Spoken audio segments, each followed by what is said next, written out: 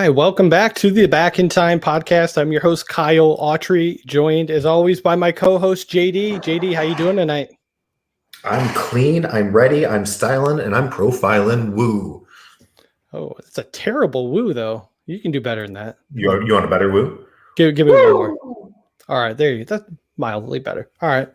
Awesome. And then joining us on the podcast tonight is the host of Yes Have Some podcast, Craig Goldberg. Craig, welcome to the show, man. Thank you for having me. I appreciate it. We've been talking for a couple weeks, and I've been looking forward to this. I like doing other shows because it's the only time I get to just show up and talk and not do anything. No editing, no posting. Although I will share it, but appreciate it. There's this running thing of like with Jake and Abigail and myself is like, as soon as we're done, like, they kind of go about their day, and it's like, all right, well, I'll be here. Yeah, I'm just gonna be over here like editing for 4 hours. Like, you guys take it easy. Yeah. No, but thanks for having me. No, yeah, and I totally get that and relate to that. So when I go on guesting, it's hard to sit back and not try and take control, but I'm like, I don't have to do anything but talk. This is great. So yeah, looking forward to having you, man. I was telling you, I've been listening to the show for quite a while, and you're like my main source of everything Ghostbusters. So like, if something goes on, I'm like, what are they saying about it? Like, I don't believe anything until I hear it like come out of your mouth. Oh no, my plan's working. Right, exactly. Yeah. We talk a lot of Ghostbusters when we first started. So this is our 5th year, and when we first started, there's one main Ghostbusters podcast. Ghostbusters is a weird franchise, so it's big, but it's not like Star Wars or Star Trek big. So, the Ghostbusters Interdimensional Crossrip is kind of the only active Ghostbusters centric podcast. So when we started, we wanted to do Ghostbusters, but not be too pigeonholed. So we talk a little bit. A little bit of everything. Ghostbusters, right. Toy collecting. We talk, Back to the Future, any kind of nostalgia driven kind of franchise movie or comic book, Marvel, DC, horror. I've been trying to come up with a word for it, to a catch-all word for all of these types of movies, and I still haven't figured it out. Yeah. And by the way, and I think this has to be up on your YouTube page somewhere, but the story about Jacob meeting Linda Blair, the best thing I've ever listened to, I think, on a pod. I died listening to that. Yeah, so it's kind of like a 3-part saga over multiple years, but I think the first, I want to say it's like episode 34 or 35. We kind of recount the story of, Jake's he's kind of like our horror aficionado, and The Exorcist is one of his favorite movies, and he had a very bad experience meeting Linda Blair at a convention in Atlanta, and I was there to witness it. So witnessing it live was incredible, and getting to retell it on the podcast was great. And then, but there was like a redemption arc, right? So I don't want to spoil it if anybody's never, if you've never listened to it, or if you're maybe checking out Yes Have Some for the first time, it's something to look forward to. But it was wild. She's an interesting character. And look who's chiming in right away. I love it. Jake died. Jake's here to Jake he doesn't like that I'm doing this. He's like, he feels like there's a chance I might really have some good chemistry with you guys. And, right. Him and Abigail are very protective. No, but in all seriousness, it was awesome. And Jake was like one of those things, like, the whole, like, don't meet your heroes kind of thing. Right. Like, because we live in the age of like going to conventions and meeting, celebrities and getting to kind of interact with people that you've looked up to or grown up with. It's weird. Most of the time it's good. Sometimes it's not.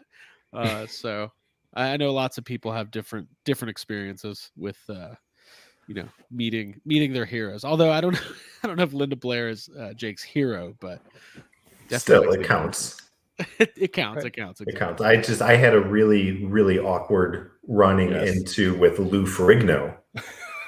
Not the Jeff Goldblum story. There's a Jeff Goldblum story, so check into our archives. It will take me a while to tell. I won't tell it, but needless to say, it ended with him rubbing my back and purring. Oh. That's kind of par for the course, though, with Gold, isn't it? That's pretty. Yeah, that's a very Goldblum-esque thing, especially the purring. It is him, and if you get a chance to meet him, then big ups. Well, you had a great run-in with the director from Sleepaway Camp, though. Didn't he boot you from a convention? It was at a screening. Oh, okay. It was a screening, and we went to it, and there was a Q&A session afterwards, and I asked way too many Q's, and he had very little A's. I love that. Remove him, please. Oh, gosh. So, so, I mean, everybody, if you're listening to Craig for the first time and you haven't made your way over the Yes Have Some, definitely do that, because I highly recommend, especially if you love 80s and 90s movies. And if you're listening to us, we know you do. So they're going to get into a lot more of the toy collecting, as you can tell by Craig's backdrop, which is real. This is not like a clever little background photo that he's put up behind him. Like, he's got a legit room full of toys. I do. I have a room full of toys. I have a house full of toys. We like I said, Yes Have Some's been going for 5 years. And then we're kind of branching off for the first time and kind of doing some side projects, and AJ Quick's here to we're bringing in the YHS listeners and friends and fans are a bunch of people who just can't take anything seriously. So it's going to be a bunch of trolls, basically. I love it. Troll away.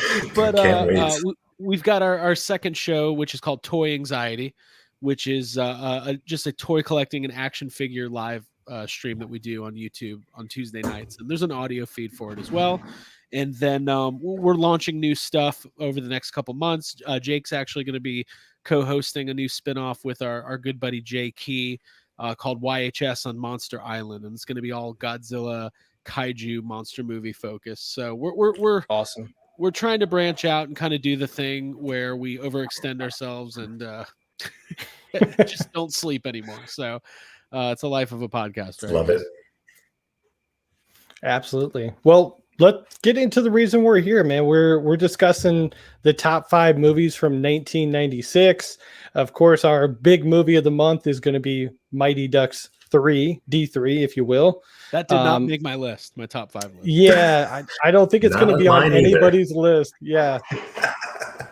But we're certainly going to have a lot to talk about, because JD is a notorious Charlie Conway hater, and there's a lot of angst coming from Charlie Conway here in part 3. Hate him. So check in, Dave. Shout out to you. I know you're listening and watching, and I am shouting out to you, Dave, Phantom Dark Dave.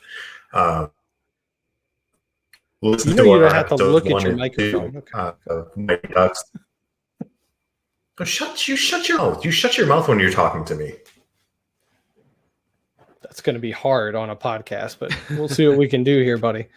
But let's so the way that we do this, Craig, and I think I explained this a little bit, but just to kind of refresh your memory. So we're going to go 5, 4, 3, 2, 1 with our picks. We'll give a couple honorable mentions at the end, and I've got the list. JD's going to go first. I'll go second. I'll let you bat at the 3 hole here and get a chance to see kind of how we do it first. So yeah, and that came out really weird at the 3 hole part. There you go. Well, we haven't said 3 hole on Yes Have Some, but I'm going to start. There you go. T-shirt idea. Yeah, it's all yours. You can sell that one. So real quick before we start, I've got a question for you, Craig. Kyle, we touched on this a little bit earlier. Are you coming at this list as where you were in 1996 and your favorite best movies then, or as the age that you are now looking back at 1996? Because I've got like 17 tabs open right now. Yeah, I mean, these, I was telling Kyle before we started that 1996 is a great movie year in general. Like, all of these movies were that are on my list. They're just some of my favorite movies in general. So it's not really, I mean, there are certain movies like in life where you might have fond memories and look back at them, but you can like objectively be like, this isn't the greatest movie ever, but it meant a lot to me. Okay. But my thing with this list is like, these are not only these were my favorite movies when they came out, and they remain some of my favorite movies today. Okay, cool. So I just wanted to level set, and I will jump right into my number 5 then. Here we go. Because I think that's what you just said is the best way to look at 1996. It is not Mighty Ducks Part 3. For me, it is, I studied English literature in college, and when I saw what Baz Luhrmann did with Romeo and Juliet, I loved the hell out of it, and I still watch the hell out of this movie. For me, it's Romeo and Juliet. The acting, the Paul Rudding, just the shots. Like I think it's an excellent movie, and I still love it. I might watch it later tonight. Dang, that was not going to be on my list. I got to be honest. I can be 100% honest. I've never seen that movie, Romeo and Juliet, the 1996 version. I'm very familiar with it. Yeah. But this is the third time it's been brought up in some capacity this week. Maybe the universe is telling me to watch it. So I'll have to put it on my list. Put it on your list. Leo's great in it. Leguizamo's good in it. Claire, we're getting no's from Kyle. So I need you to not say Leo like he's your friend. Leo. A little respect on it. Do you want me to call him Mr. DiCaprio? There you go. Perfect. Mr. Leo. No, but and this has been a long running thing with JD's pick. There's always one that's like super pretentious. Oh, okay. And here it is at number 5. We've started with it. I'm not going to look at my microphone. Sorry, I looked at my microphone again. Sorry, Kyle. Let me take a step back. Okay. I will say it only gets more pretentious from here. Okay. Oh, well, there you go. We'd have it no other way. Okay. Well, an oddball pick there at number 5 for JD, but I'm going to start with my number 5 pick here. Now, this movie, this was a tough. I had 2 golf movies as my number 5 pick. I couldn't decide which one I was going to go with. Ultimately, I'm going to decide which one I watch more on a yearly basis, because when golf rolls around every year, the spring, it gets warm. I start pulling out the clubs, dusting them off. I'm ready to get back out on the links. Oh, and I'm going to go with you stop it. I'm a good golfer. Now, this one is about a washed up golf pro working at a driving range who tries to qualify for the U.S. Open to basically try and win a girl. I am talking about Tin Cup with Kevin Costner. That's my number 5 pick. Before we go any further, if one of you name a movie on your list that is also included in my list, do I wait to talk about it, or should we talk about it now?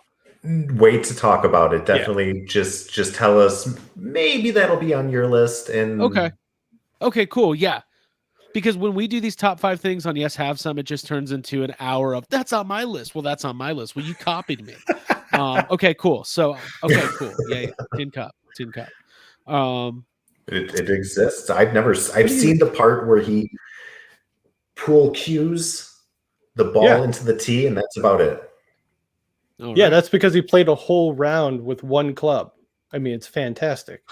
But now, Craig, you're a golfer, aren't you? I am. I would not be surprised if the movie Tin Cup shows up somewhere on my list. Yeah, because it's a fantastic movie. Why wouldn't it be on your list? Well, Kevin Costner is just the best. I mean, Kyle's never been golfing in his life. Just stop this nonsense. Yeah, this is ridiculous. You're getting out of hand. All right, Craig, I'm going to throw it over to you, man. What do you got with your number 5 pick? What are you drinking, real quick? What do you got in there? I got a Smoothie King smoothie. Well done. What flavor? I don't know. It's like strawberry banana, I think. You surprised me. Yeah. Sorry, we're not sponsored by Smoothie King. We should be. Right. Coming soon. Right.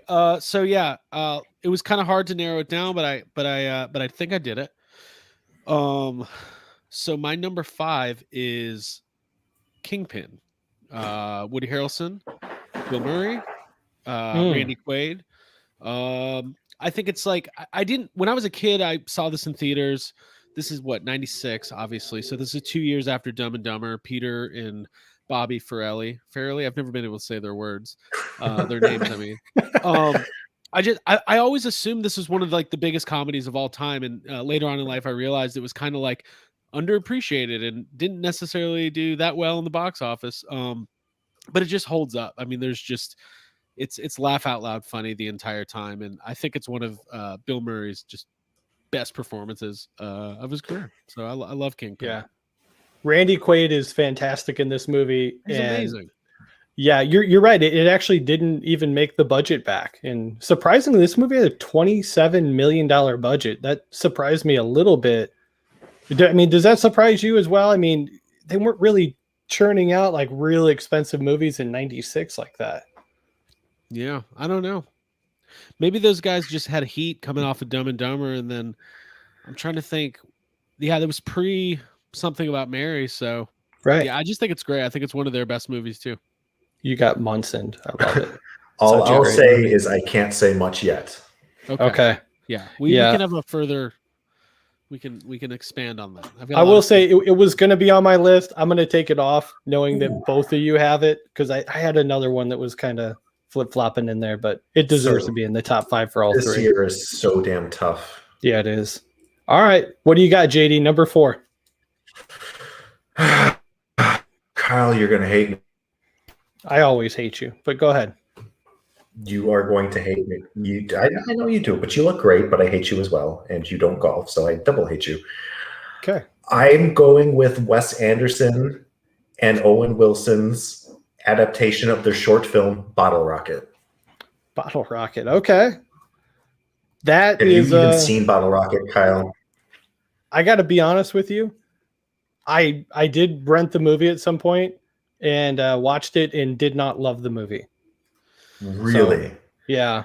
Okay, so that's fine. Obviously, you're a lesser human than I am, and I can't blame your parents for mucking in the primordial ooze. But no, I think that, in terms of Wes Anderson and his arc as a director and as a writer, and what Owen Wilson was able to contribute to this movie he was in Cable Guy. Maybe that's on one of your all's lists. But he plays a brief cameo. But what he does in this movie is very nuanced. It's very unique. The story is very sharp. It's very tight. And it's just very snappy. It's one of those ones that you can just pop on when you got 86 minutes. Just be like, I just want to see a idiot crime caper. All right, Craig, where do you fall on Bottle Rocket? Saw it once a long time ago. I do enjoy most of Wes Anderson's filmography. Nice. Yeah. Specifically, I probably Rushmore's great, and Love Rushmore, Life Aquatic, and Royal Tenenbaums, all that stuff. I mean, I don't know what everybody's age bracket was, but I remember seeing Royal Tenenbaums in theaters when I was 18 or 19, and just being like, oh, this is. People won't get this movie like I do. You won't understand it. Just considering myself a film buff because I saw one movie. Yeah, but it's not something I've revisited. I think, that was his first movie, right? After they did the short, that was his first major release. Exactly. Right? Yeah, it was. It was his first major release. Shakespeare and a Bottle Rocket tonight. Or not Shakespeare. There we go. Good man. I'll be watching Shakespeare tonight, my favorite movie. You're just watching Kelsey Grammer on repeat. Yes, exactly. There you go. All right. Well, over to me with number 4. So I am going with I'm actually, JD, I think you're going to be really surprised this is on my list, because I'm not a big fan of this actor here, but I do love this movie. It's about a sports agent who has a moral infamy, is just fired, and he has to express it, and he's just this agent that just has a fall from grace. And I love this movie. Show me the freaking money. Jerry Maguire, number 4. I watch it every year. It's on repeat. It's probably my only Tom Cruise movie that I watch more than one time. I am not the biggest Tom Cruise guy, but JD, you're already shaking your head. What are you thinking?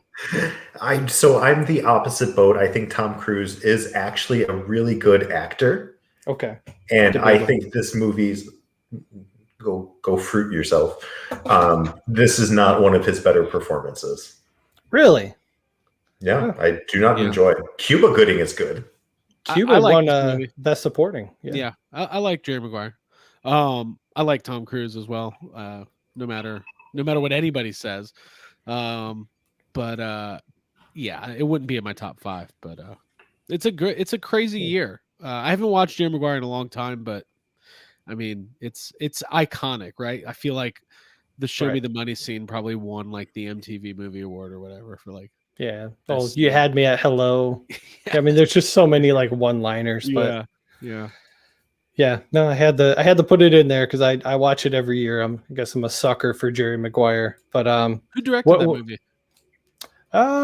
Great question. That is Cameron Crowe. Okay. Written by Cameron Crowe and directed by him. That makes sense. And I love Cameron Crowe, so this makes sense on why I love this movie. Kyle does love him some Crowe. Together. Yeah, I do. I'll eat Crowe.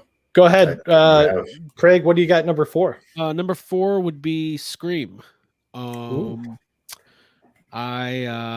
think it's one of my top 2 or 3 horror movies of all time. I think it's kind of stood the test of time. Because it came out, it was so meta and so different for what a horror movie, could or should be. Sometimes that stuff can get really dated very quickly, but I watch Scream probably, I don't know, once a month or something like that. Like I watch it a lot. I think it's amazing. There's really great performances. Like Neve Campbell's great. Matthew Lillard's like, it's like almost like a comedy performance. It's and some people actually considered Scream like a very dark comedy when it came out. But it's kind of cool to know that Wes Craven, like, obviously was the king of horror with Nightmare on Elm Street, and was able to kind of reinvent himself, with that movie. A lot of it had to do with Kevin Williamson, obviously, with a very, unique take on teenage life that we saw through Dawson's Creek and everything else he did. But yeah, I don't want to wait. Sorry. Yeah, exactly. I had to. No, you have to, for sure. Scream's amazing. But I love the franchise too. Like I like Scream 2, 3, and maybe not as much on 4. Right. I'm excited it's coming back too. Yeah, where do you lie on Scream 5? Are you excited? Do you think it's going to be better than 4? I think it'll probably be better than 4 because you've got like a younger team that kind of grew up with Scream, putting their own spin on it. Although I know they did that movie Ready or Not. I haven't seen that. I heard it was good though. But I'm excited. Like I don't get too like, these movies are going to go on forever. There's going to be 20 Scream movies in our lifetime. So it's funny though when people anytime they do one of these Scream sequels and everyone's like, can you believe the original cast is coming back? It's like, yes, they've been in literally every one of them. I can't believe none of them. And they're not doing anything else. Yeah. I'm so surprised Courtney Cox and David Arquette are coming back to Scream, except for I'm not. Yeah, exactly. Would you be more pumped about Scream 5 or if they rebooted Scary Movie and brought that back from the dead? I feel like Scary Movie will come back eventually when there's enough commentary needed for the state of like horror. Right. So like once we're like probably 5 more years when the Blumhouse thing is just completely outdated. They've sucked it dry. Yeah, they'll probably I could totally see them like doing Scary Movie, like a reboot, kind of a tongue-in-cheek reboot of Scary Movie would be kind of cool. Well, shit, Jordan Peele was trending on Twitter today for that Them movie that is just dropped their Amazon Prime trailer. So like everything that he has done with Get Out and Us is already being like trampled into the mud. So I think society is ready for it. I think so too. But yeah, the Scary Movie, those movies had diminishing returns. So right, yeah, 3, 4, 5, and then you got all the other parody movies. Parody is a nuanced genre. When done well, like Naked Gun or Airplane or even Wayne's World, it's some of my favorite stuff. Hell yeah, same. Okay, JD, number 3. What do you got? Kyle, I'm going to give you an opportunity to predict my number 3 movie. You will be wrong, but I want you to try to predict it. Google's pretentious movies, 96. You might get it now. Yeah. I'm going to go with Beavis and Butthead Do America. How is that pretentious? You're clearly wrong. Okay. But I'm going to go with a Coen Brothers movie. I'm going to go with Steve Buscemi dying awesomely and say Fargo. Damn. Okay. This is unfortunately not a movie that I saw in 1996. I wish I had. I probably didn't see it till like 98. And this was my introduction into the Coen brothers, their ability to write, direct, produce, cast, everything that they do to become that auteur level of filmmakers. And it's an excellent movie. It's very dry, it's very slow, and probably very boring for a lot of people. The TV series is actually pretty decent. I wish it had more relevancy to the movie, but Fargo's my number 3. I can't hate on Fargo. Solid movie. It was like one of the top movies on almost every list that I looked up. But yeah, I have to be honest. I have not watched Fargo, so Craig, no, haven't watched it. It's great. It's really good. Yeah. You've never seen Fargo. Time out. I'm sorry, Craig. I don't mean to interrupt. You're good. You've watched Tin Cup. Yeah, multiple times. But you've not watched Fargo. Hmm. How are we friends? I don't know. I think about that daily. Like a whole. I might need to mediate some sort of. Right. I'm going to lay down, grab a pillow. Craig's going to walk us through this and take over. Well, listen, there's plenty. I think it's fun when you find out your friends haven't seen a movie that's like important to you, because it's almost like a slap in the face. Right. But Fargo's great. The series is also great, although I haven't seen season 3 and 4, but the first 2 seasons were absolutely phenomenal. So Fargo is one of those weird movies. My parents saw it and they always talked about it. They still talk about it. They love Fargo for whatever reason. It really stuck with them. But that's a cool movie. It's probably my favorite of the Coen brothers, to be honest. Okay. Well, I shall add that to my list. There you go. There we go. Dropping knowledge on the both of y'all. It gives me a reason to hit up Disc Replay and spend another like $4 on a used DVD. It's one of my favorite things to do. So I will go search for Fargo. I love used DVDs. I used to go every Friday night between the ages of like 17 to let's say 19, but it was probably actually like 25. I would go to the local Papa John's and get a pizza, and it was next door to Hollywood Video, and they would do like the 3 for $9.99 preview. Hell yeah. DVD. Oh heck yeah. Yeah. And let's just say things got crazy. Mm-hmm. Yeah, I was thinking about that the other day because I watched that Blockbuster documentary that is out on Netflix, and I was like, how many times did I go in there and do that 5 for $20 deal and just go through those and buy stuff that I didn't even really want? I was like, well, I got to get 5. Like, I can't get 4. So gotta get the deal. Throw a Gruber in on that deal. Yeah. As you freeze up. Good point. Get a better router. What? Yeah, I think we missed you there. Your face is not like that. No, I was being an asshole. I love. There we go. This is a solid comment.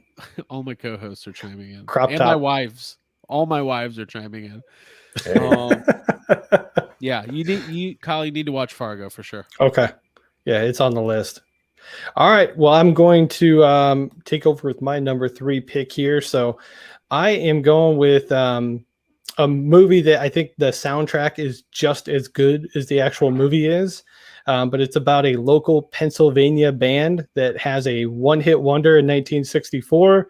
It's directed by Tom Hanks. Look at me screwing it up here. But I'm going to go with That Thing You Do with my 3rd pick.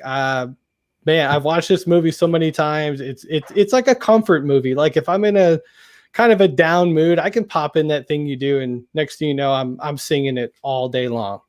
And I think the movie's solid. I mean, it's great. Tom Hanks did a great job. I think it's his first directorial movie. So, and JD, your wife's going to be really happy with my pick because I know she loves That Thing You Do. Shout out to Anna. She doesn't love that thing that you do. Oh, that's right. Yeah. When you fart, but. Oh, interesting. What do you think about my pick, though, Craig? As you get a little Smoothie King in you. Wow. How are we thinking here? Craig's 3rd pick is brought to you by Smoothie King. My spoiler alert. my third pick is also That Thing You Do. Oh, there we go. It's what I mean, I love music movies in general. This is probably my favorite. Everybody's amazing in it, and it's funny and it's heartwarming, and I love origin stories, even of fictional bands. And I'm hoping for a legacy sequel where the band gets together in like 1985 for a reunion tour. How awesome would that be? It would be the greatest thing ever. And the fact that they haven't done it is so upsetting. Right. I've always loved this movie. This was like I saw it in theaters, had the soundtrack. I'm a drummer, so like I would just go home and play all those songs. I was amazed that what's the actor's name? Tom Everett Scott, is that the drummer? Yep. The fact that like he wasn't a drummer and learned how to drum for that movie, it's the secret every drummer knows. It's not a real instrument, and anybody could learn it if they just like practice for 5 seconds. And but that's fine. Have you ever seen the director's cut of That Thing You Do? Gosh, I must have had to have watched that over the years. It's definitely there's some added backstory with Tom Hanks' character, and there's a little bit of just a different vibe at times. But yeah, I love that movie. Liv Tyler's also great. Yeah, and I think if you like grew up playing like a garage band or something, like this movie, just it has to be in your list because and I did the whole band thing from like 03 to 07 and played all the VFW halls and bingo halls and skate rinks and just like, how do you not love this movie? Out of high school, I was in a band. We toured for 4 straight years. I was gonna make it, didn't, but I was going to. Was gonna make it. My Almost plan was got there. Making it. I told my parents, I was like, "Don't worry about me. I'm going to make it now. I totally got this. I have $9, so that's a lot of Big Macs. Hoping to get just enough to fill up the gas tank to get you guys to the next town, right? Like literally, we would book a national tour. Yeah, and we would leave Atlanta with like $40. I'm like, $40, we're good as long as the next show doesn't get canceled. And then of course it did, and it's like, all right, well, I guess we live in Alabama now, right? But yeah, I love That Thing You Do. It's phenomenal. If for some reason you haven't seen it, I would definitely recommend. It's wholesome. It's good stuff. And also, I want to say that is Charlize Theron's first movie. Oh, yeah, she's got a very small part as the drummer Tina. Girlfriend who leaves him for the dentist. Interesting. Okay. Fun. I'm doing a quick fact check for us here to see if that is in fact her first movie. I don't want to be that guy who says the wrong thing. You, sir, would be correct. She had 2 movies come out that year, but yeah, I mean, this is the first legit movie. So You're dead on. There you go. All right. Well, since we have the same pick, that's going to send it back over to you, JD, with number 2, man. This is where it starts to get dicey. It starts to get dicey, but you've already said it. We've talked about it for the last Thing You Do. I love the movie because I knew it was going to be on my list. It's an excellent movie. I didn't see it till later in life, and I was like, I've been missing the hell out. I'm assuming you're talking about That Thing You Do, but you cut out for most of it. Yeah, I'm talking about That Thing You Do. Okay. All right. Perfect. Yeah. It's great. Steve Zahn, is that his name? Steve Zahn, yeah. That guy needs a comeback. I love Steve Zahn. He's underrated. He's underrated. Captain Geach and the Shrimp Shack Shooters. Oh, yeah. They're fantastic. Yeah. Gosh, I just rewatched Joyride not too long ago, and he's in that too. Candy Cane. Movie does not hold up, but I still like that they get on a CB radio and try and mess with truck drivers. Very cool. Paul Walker, right? The late Paul Walker. Yep. You got it. That's my pick. You guys have already hit the nail on the head. That Thing You Do. Excellent. Perfect. All right. So over the me with number 2, and man, this movie has flip-flopped on my list like 10 times. I literally can't decide between 1 or 2, but it's decision time. I got to make a call, and I am going to be going with a movie that's already been mentioned. It's a horror movie, a horror mystery movie from the great Wes Craven. And yeah, I'm also going with Scream from 1996. Now, I have to say, like, this was a movie I saw in theaters when it came out, and I can still I can remember going to the theaters. I remember like what posters were on the wall. I can kind of remember what trailers were playing. Like it's just like ingrained in my memory. And it was because my parents let an 11-year-old kid go see Scream, and it haunted me for years. And I blame them for everything that I go through these days. But I appreciate that, Craig. But they're entirely to blame. And no, it's a fantastic movie though, and it really holds up. Some of the stuff is dated, but I think it's cool that technology doesn't ruin this movie, because you're not like, well, why didn't they just text somebody? So like, yeah, no, I agree with that. And personal fun fact, I saw Scream 2 was the first horror movie I ever saw in theaters, because I was kind of deathly afraid of these movies, but still wanted to see them. And I can actually pinpoint, you have those moments in life where if you go down one path, your life is, one way. And if you go down another path, it's the way my life is. right. And in 1996, I believe it was in 7th grade, there was like a cool kid, like a group of guys and girls who all wanted to go see Scream. And they invited me. And I was like, no, definitely not doing that. I'm just scared to death.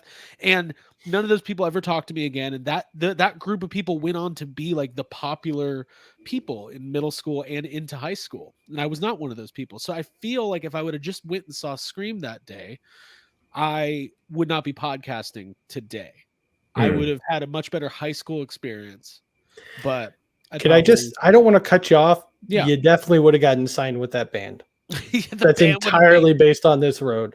God, that thing you do. I need to go back and tell myself it's okay that I'm not going to see Scream. I probably stayed home and watch, wrestling VHS or something. So. I had a similar experience with the movie Office Space and Cruel Intentions. Oh my gosh, tell the story. I love this story. So Office Space came out. Me and my nerdy buddies were like, we're going to go see Office Space. Mm-hmm. We get to the theater, we sit down. We're literally the only ones there. Okay. So a group of really cool people come in.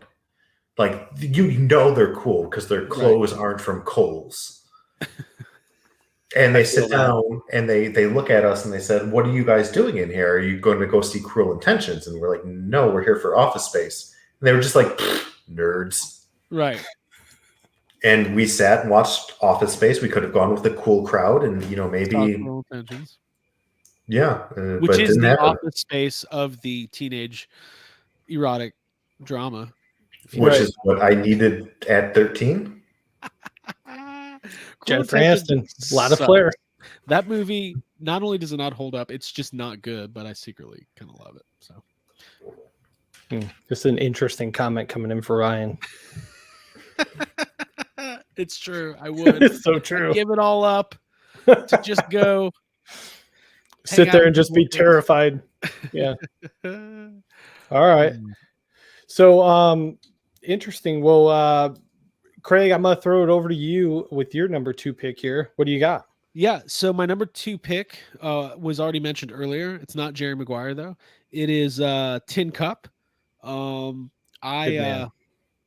a fan of the it's a lost art form, which is the early to mid 90s R-rated romantic comedy. And this one just happens to take place in the world of professional golf, which it just I get if you don't like this movie, like I get it, but if you play golf at all, you probably do enjoy this movie. Kevin Costner, I think he was nominated for like best supporting actor for this movie. Like Kevin Costner. I hope people realize how good he is, because he's literally incredible no matter what. And I haven't watched Yellowstone yet, but I hear it's great. God, everybody keeps telling me to watch Yellowstone. Yeah. Everybody, my grandma brought up. She's like, "Have you watched Yellowstone?" I'm like, "Did you hear Costner?" How do you get that app? All right. But we don't have to go too far on it. But Don Johnson's incredible in it. Rene Russo.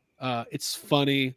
It's completely like the series of events that happens would just never happen in any realm of like, it's not very realistic. But it's awesome, and it's kind of it's just funny. It's just a good. I like feel good movies.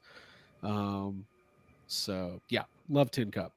Almost made number one, but there's one that took the top. Gosh, I'm gonna be honest. I think we all three of us have the same number one pick. I'm gonna be shocked if we don't. But Okay. all right. Well, I'm gonna give the rundown, and then JD, you're gonna give your number one pick, man. So you started with Romeo and Juliet with number 5, Bottle Rocket at number 4, Fargo at 3, That Thing You Do at number 2.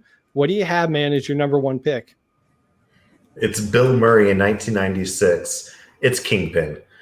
This is a movie that both I loved as a child when I saw it in theaters in 1996.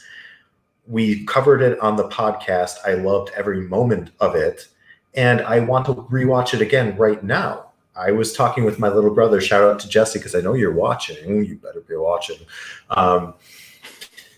It's a near, in my opinion, perfect movie with the mix of the soundtrack, the acting, the atmosphere, the playful dramatic irony that they deal with. I love it. I love every second of Kingpin. I do. I mean, we talked a lot about it with Craig's pick, but yeah, I mean, Kingpin is such a good movie. Like I'm literally mad I took it off my list, but I mean, it's underrated. So good. It's like so underrated, because you think that you take Woody Harrelson and you take Bill Murray and you shove them in this fish out of water comedy movie. Like, right. That's a recipe for success. Yeah. Randy Quaid is an Amish man. Nothing better. It's great. And if you followed the career of the directors of the Farrelly brothers, there's a lot of common bit part actors and kind of cameos that kind of pop up, and it all kind of started in this movie. Bill Murray tells a funny story about when the movie came out. He took his kid, who was like 9 at the time, and he didn't realize that it was like kind of a hard R rated comedy, because he just filmed his scenes and probably never actually read the script, and mostly his scenes are just bowling. So he said it was quite shocking. It was not the movie he expected, but yeah, Kingpin rules. All right, perfect. I'll give my rundown here. So started with Tin Cup. Number 4 pick was Jerry Maguire. You guys were not happy about that one. Number 3, That Thing You Do. 2 was Scream. Number 1, man, I love this freaking movie. Anytime it storms, I think about this movie. Anytime I go to Universal Studios, I wish it was still there. Rabbit is good. Rabbit is wise. I am going with Twister as my number 1 pick here. Yeah. So solid movie. Yeah, I mean, I wore out the VHS. I feel like there's a much needed like special edition for this movie at some point that needs to get redone and put back out into the world. But yeah, for now I'll stick with my like $9.99 copy I bought from Walmart when I was in college. There's a really good, if you go on YouTube, you can watch Helen Hunt and Bill Paxton and the director Jean Desbon on Oprah, and it's fantastic because Bill Paxton takes tornadoes very seriously, like more seriously than anybody, and it just makes sense. And Bill Paxton's like one of the greatest actors ever, and it sucks that he's no longer. Couldn't agree more. Love Paxton. True. Yeah. So. Yeah, and I had a feeling Jacob would agree with my pick, so I'm happy to see his comment pop up there. It is. It's my turn. Do I get a rundown as well? Yeah, I'm going to give you the rundown, man. Yeah. Let's get to it. Let's get to it. So you started with Kingpin. Scream was number 4. That Thing You Do at 3. You were a little Tin Cup at number 2. Craig, what do you got, man? What's your number 1 pick? The reason I didn't say much about your pick is because I was saving it for mine. So my number 1 is also Twister. Good man. I think it's the greatest disaster movie ever made.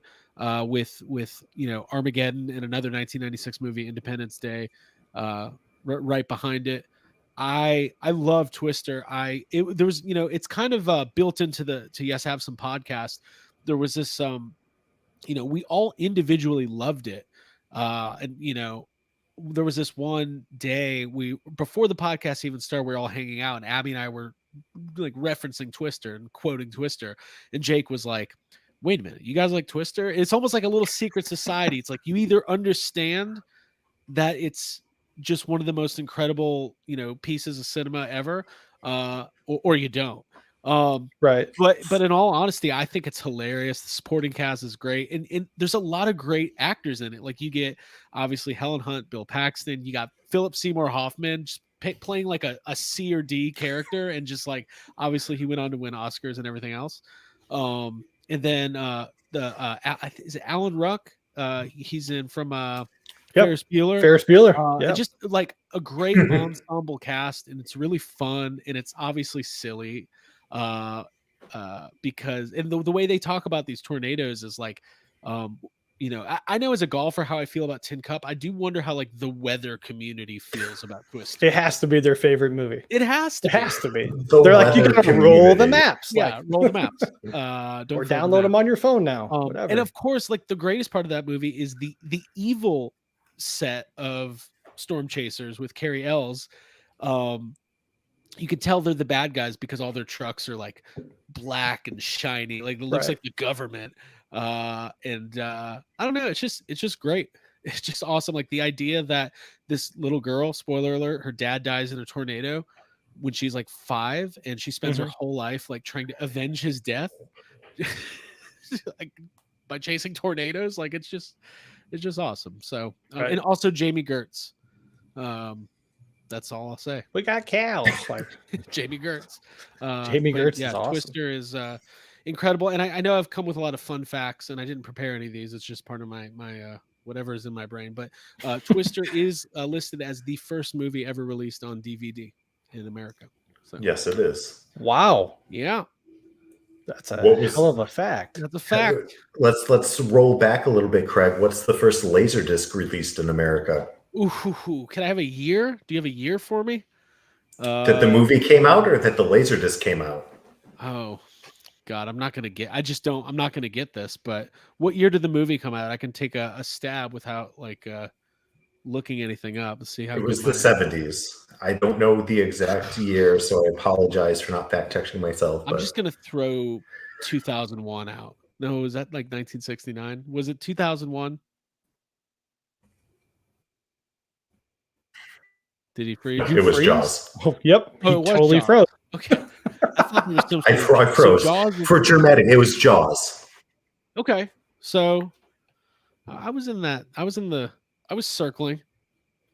Yeah. But you should post on your Instagram your guys' cosplay of Jaws so our audience can see it today, because you guys have a fantastic cosplay.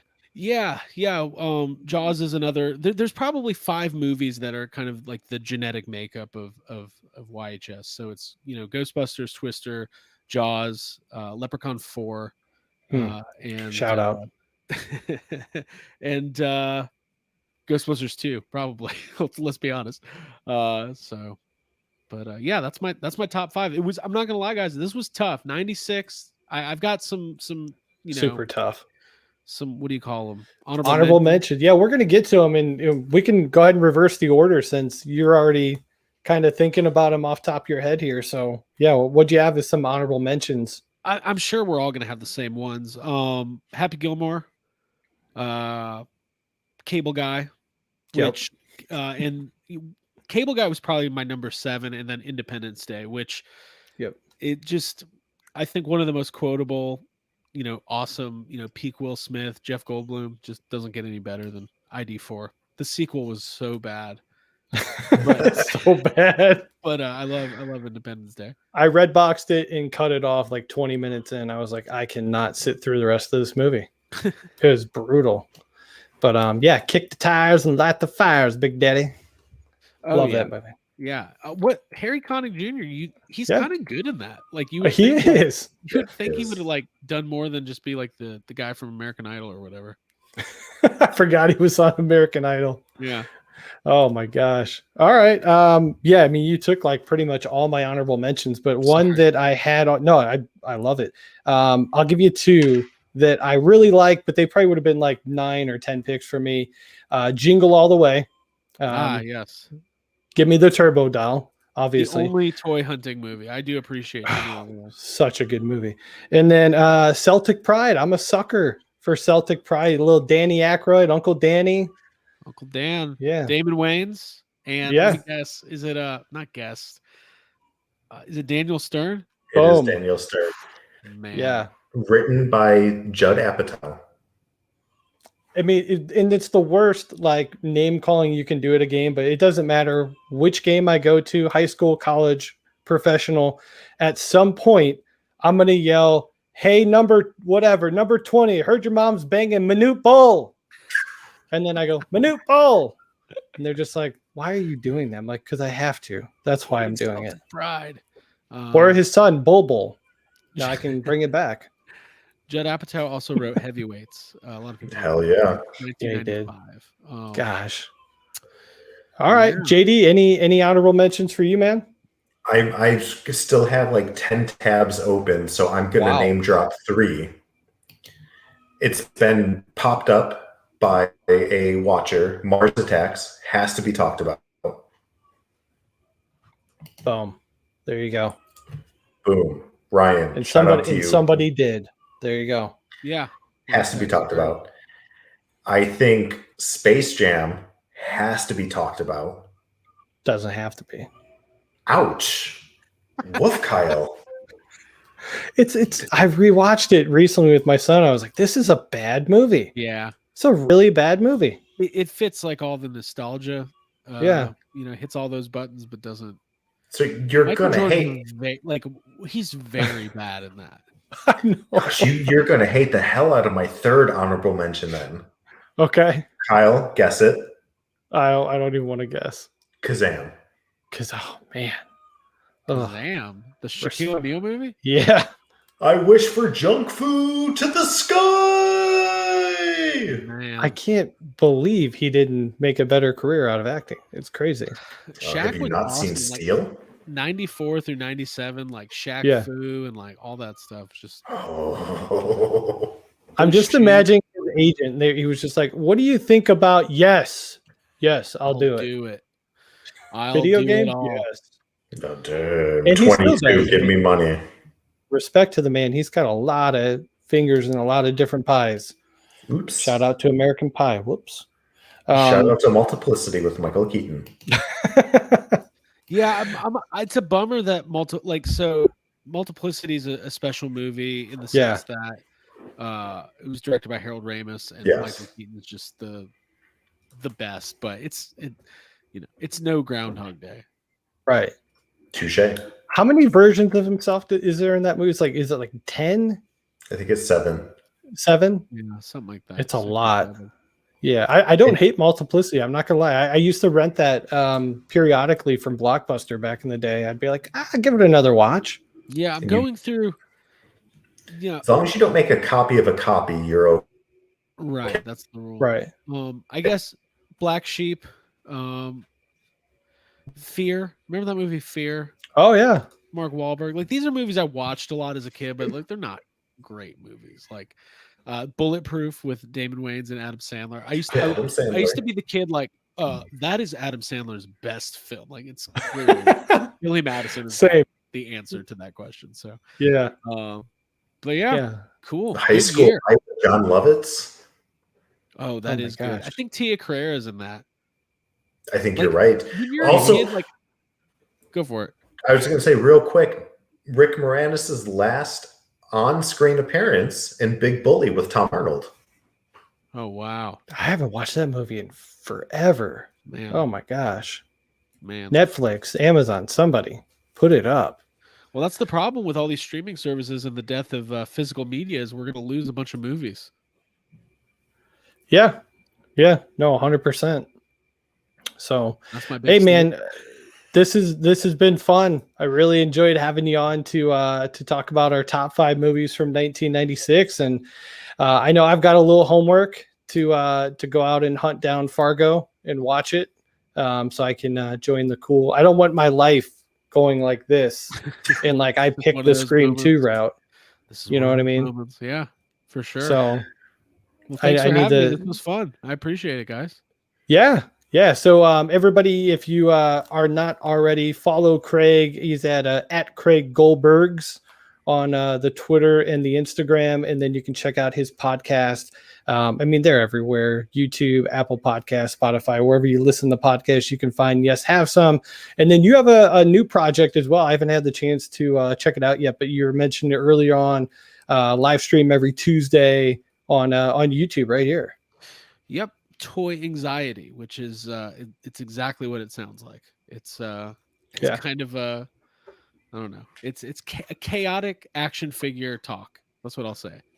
But it's a lot of fun. We're having a lot of fun with it. That's so awesome. Cool. Like massive toy collector as a kid, and broke my Simon Phoenix's action figure leg on a Lego wall, knocking him down to fight Omega Red. So wait a minute. From Demolition Man? Hell yeah. What year was that? That wasn't 96. 95. I love Demolition Man. Hell yeah, man. You just reminded me I need to collect Demolition Man figures. So thank you.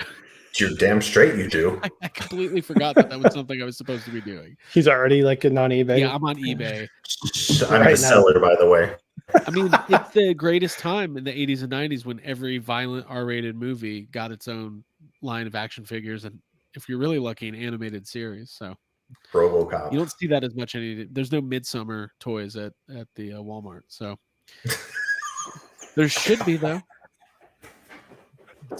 That's the best way to close out the podcast. Thanks for listening. Subscribe to the podcast right here on YouTube and Apple Podcast, Spotify. Thanks for listening. Have a good night. See ya. Thanks.